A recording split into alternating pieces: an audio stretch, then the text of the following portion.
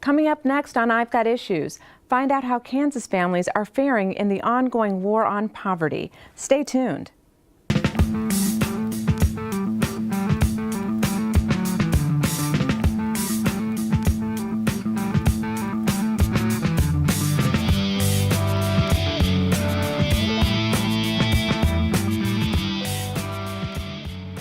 This program is brought to you by the Friends of KTWU.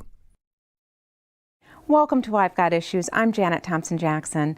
As our nation continues to grapple with a sluggish economy, many of us are faced with challenging situations related to our own finances. For some families, it's more challenging than others.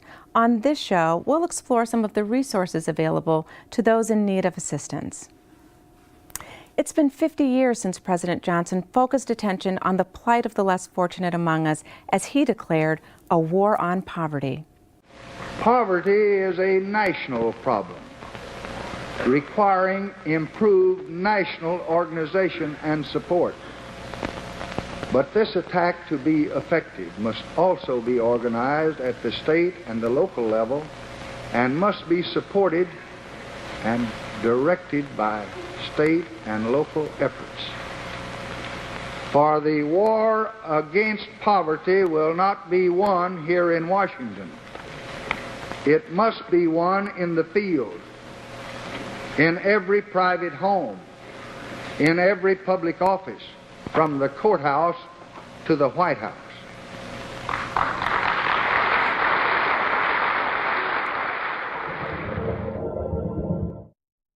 We're joined now by two senior administrators with a nonprofit organization called Housing and Credit Counseling Incorporated, which serves northeastern Kansas with offices in Topeka, Lawrence, and Manhattan. Marilyn Stanley is Chief Operating Officer for the organization, and Bob Mackey is President and Chief Executive Officer. Welcome, Bob and Marilyn. Thank you. Thanks for having us. So, Francine and Jim Bostic were $118,000 in debt, and HCCI, Housing and Credit Counseling, helped them to get out of it. How did you do that? Well, first of all, they are in the Manhattan area, and so they worked with our counselors in the Manhattan office about 6 years ago or so now. And they came to the counselor and talked about their issues and did say that they had $118,000, most of which was credit card debt. Wow. They had 13 credit cards, all maxed out. Interestingly enough, they had both had good jobs at Kansas State University, kind of middle management jobs, and it just got away from them. And and this happened over the course of many years. A series of years, yes. And so they finally heard about housing and credit counseling, came to our office. Our counselor provided them different options, one of which was filing bankruptcy, of course. If you know Fran and Jim, they're from the old school, and they said, you know, we made these debts, we're going to pay them off. And that's very refreshing. You don't hear that much anymore. So with a debt management plan that we set up for them, and also Fran and Jim getting extra jobs, they managed to pay off all of their debt in a matter of 5.5 years. Wow. And as a result, they and we won the Counselor and Counseling Client of the Year, the National Award, 2 years ago. So that was very special for them and for us. Yeah, well, congratulations, and well-deserved. That's an incredible accomplishment. Yeah. So was the Bostic's level of debt typical, or is that, was it unusual? Or is that pretty widespread? We have seen other amounts of debt that high, but it is a little bit unusual. The average debt that we see at Housing and Credit Counseling is between $20,000 and $30,000 with about 7 different credit cards. Okay, and how long generally does it take to pay off that debt? Through a debt management plan, it takes 3 to 5 years. It's a little bit less with medical and collection debt because they require a much higher monthly payment than credit cards might. Okay, so we know that you help get people out of debt. What else does HCCI do? What's the scope of your programs? Well, in addition to providing financial counseling for those who are seeking financial stability in their lives through a series of budgeting and counseling programs, we also do mortgage default, or what we call foreclosure prevention counseling, reverse mortgage, and debt management plan like the Bostics. We also do tenant landlord counseling and education. We do home buyer counseling and education. Okay, Bob, I'm going to slow you down because I want to talk about some of those. Okay. All right, let's go back to, people hear a lot about reverse mortgage. First of all, we've seen a lot of foreclosures, so let's talk about foreclosures and reverse mortgage. Can you explain, how do you help people with those processes? Well, I need to separate the two. Mortgage default is when people come in and they are, typically they have lost a job. If there's a family, maybe one or maybe both have lost jobs, or they have run into significant medical debt.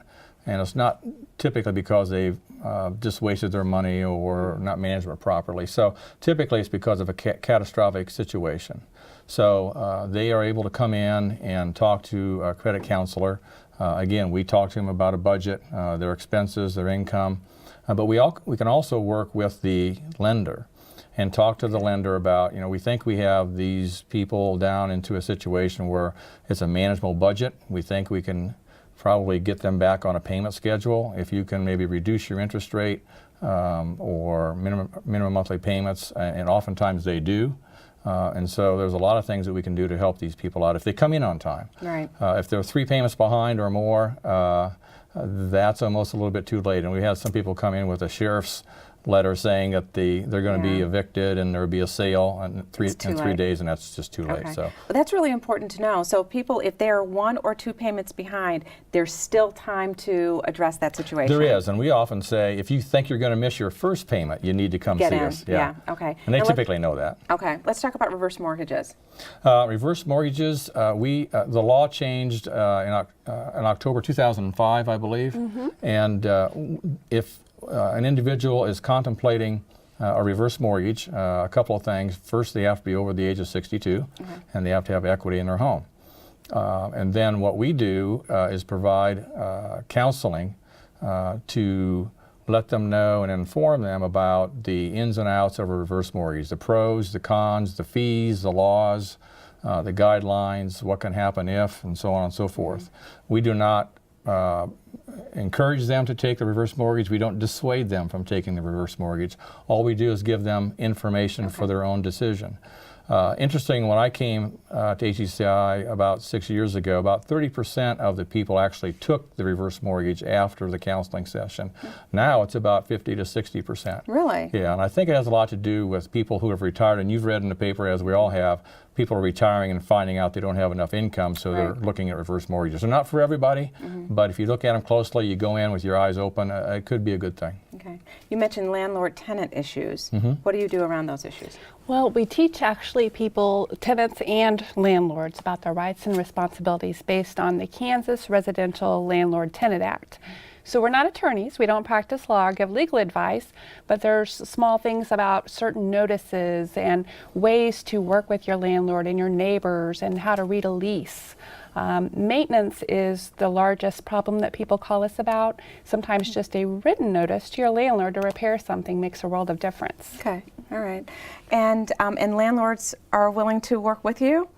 Yeah, these issues? We actually don't mediate. We help each person to help themselves. So we empower, and that's throughout all of our counseling what we do. I see, okay.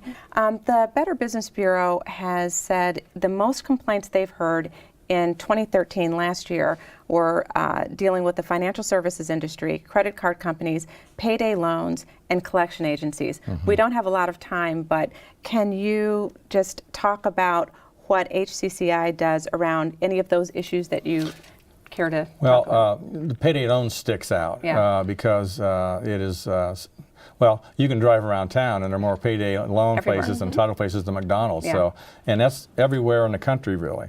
So a lot of people come to us after they have gotten into a situation where they've gone back to the payday loan place more than one time. You know, if it's just one time, they can probably do that, pay it off. But the average person who takes it out a payday loan, it's out for 6 months. Right. That's a tremendous amount of interest and payback. So a lot of times we have people come in trying to pay off those loans to get out of that situation. Yeah. So that's one of the things that we deal with. And you're generally able to help them navigate that. There's usually several. They don't usually come in with just one payday or title loan. Of course, the title loans are a little more tricky because your car is tied to that. Payday loans, they may have 5 or 6 payday loans at different organizations throughout the city, and they may run around every 2 weeks reloaning those loans, and so all of their paycheck has gone to interest. One way that we find that helps people that not everyone realizes, they could talk to their banker, they could do a stop payment on those checks, and then make a payment plan on the payday loans. Okay, So it becomes a bad debt. Yeah, well, that's good information for people. Is there any other information that people just generally, if they knew this, they may not get into some of the financial problems that they're getting into? Is there some nugget out there that we can leave with people? It all goes back to budgeting. Okay. We don't learn about budgeting in school or necessarily from our parents, most of us. And so the key of saving for non-monthly expenses, knowing about your credit, and everything you do stays with you for 7 years. So it's emergencies and non-monthly expenses. If you can do that and ask questions, be a good consumer, shop around for the best deal. Don't take the first thing that comes your way. That's something to leave with. All right. Thanks to both of you for being on IGI. Thank you for having us.